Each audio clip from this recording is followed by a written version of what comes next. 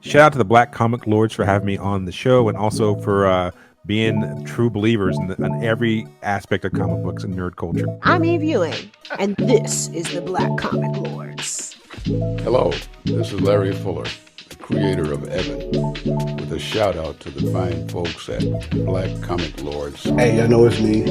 This is OMG, and this is Black Comic Lords. Black Comic Lords. Yo, Black Comic Lords. Black Comic Lords.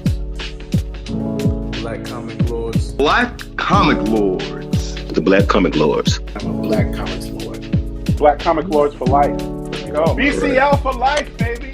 Black Comic Lords. Black Comic Lords. Subscribe now. Yeah. First black female hero in Marvel without superpowers. So, technically, that's not 100% accurate. And there's a little fallacy to this, but I'm going to try to help land this plane and explain. Check this out. First of all, we got to establish what a superhero is and what a superhero isn't.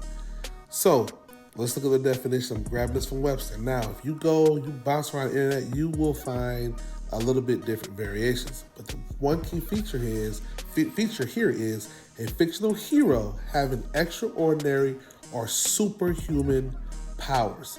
That word "or" is very, very key. As well, an exceptionally skillful or successful person. That's controversial because that literally could be anybody.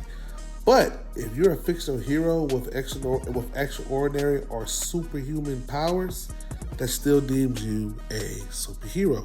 And that could be a lot of people. So I want to show some superheroes that do not have superpowers. But the key thing about these individuals is that they do carry equipment, and most of them are heroic.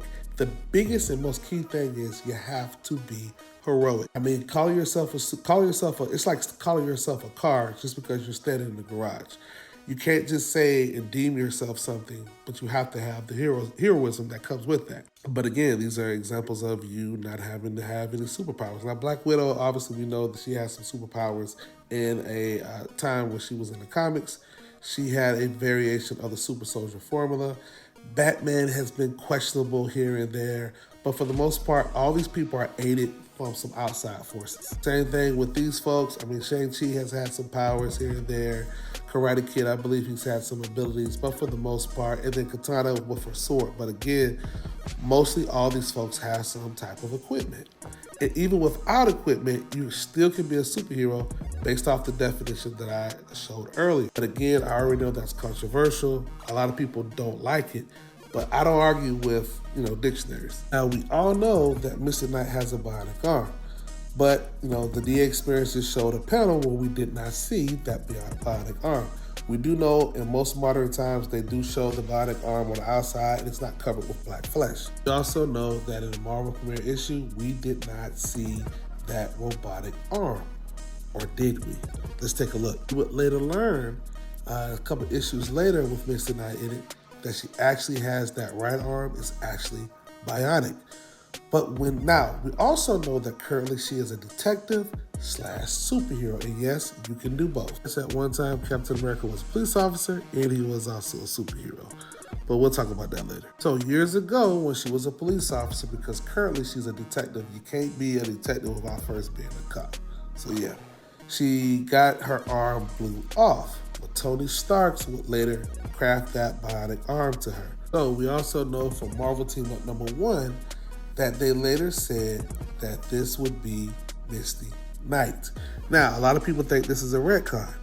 But let's see what a retcon is. So it begs the question, what is a retcon? Well, a retcon is a shortened form of retroactive continuity and refers to a literacy device in which the form, pay attention, or content of a previous established narrative is changed. So my question to the fans out there and the people that were watching this video, what changed?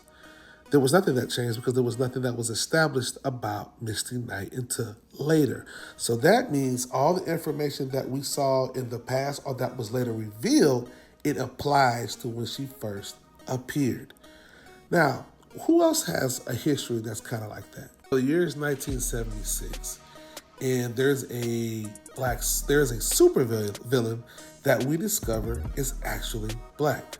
That's right, the Black Spider. Now, If you're alive in 1976, you're saying to yourself, okay, this is the first black supervillain ever for DC Comics. You will be right, but then you're also wrong, because here's why. Wait a minute, in 1967 though, we know that Black Manta is a supervillain as well, but we don't know the race of this character.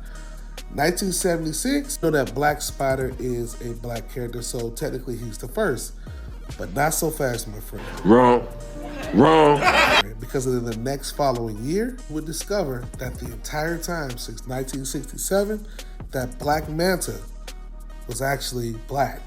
So do we give the first black supervillain title to Black Spider? Of course not. We use all the information that's available that came out after the fact, and we apply it from 1967 on out. And the same thing should definitely go for Misty Knight. If they later said that she had this robotic arm from in the past, if they later also state that that was actually her in Marvel Team Up #1, well, just like this story, it's not a retcon because there was never any history. There was never a retelling of his origin at the time. They just simply gave more information.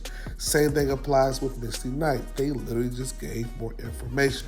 So with the retcon with this, that's inaccurate, and the retcon with Misty Knight is also inaccurate. So if they do currently, or since the first origin, go back and change anything, now that is a retcon. For the DA experience, y'all make sure y'all like and subscribe to his channel and follow him. He always gives out some dope information. I just want to give out my 2 cents on this one. Very, very passionate about Misty Knight because I definitely had the opportunity to sit down with his creator, and we have confirmed all this stuff. If you want to check out that video, definitely go check out blackcomiclords.net, and you can type in Tony Isabella. This was definitely a dope time that we had last year talking to him. So yeah. Anyways, make sure you guys throw us a like and a follow on this one. Make sure you like and subscribe to all of our social media, X, Instagram, as well as TikTok. And check us out on Black Comic Lords and Black Superheroes Forever on Facebook. This is your boy Hirsch, and I'm out. Black Comic Lords.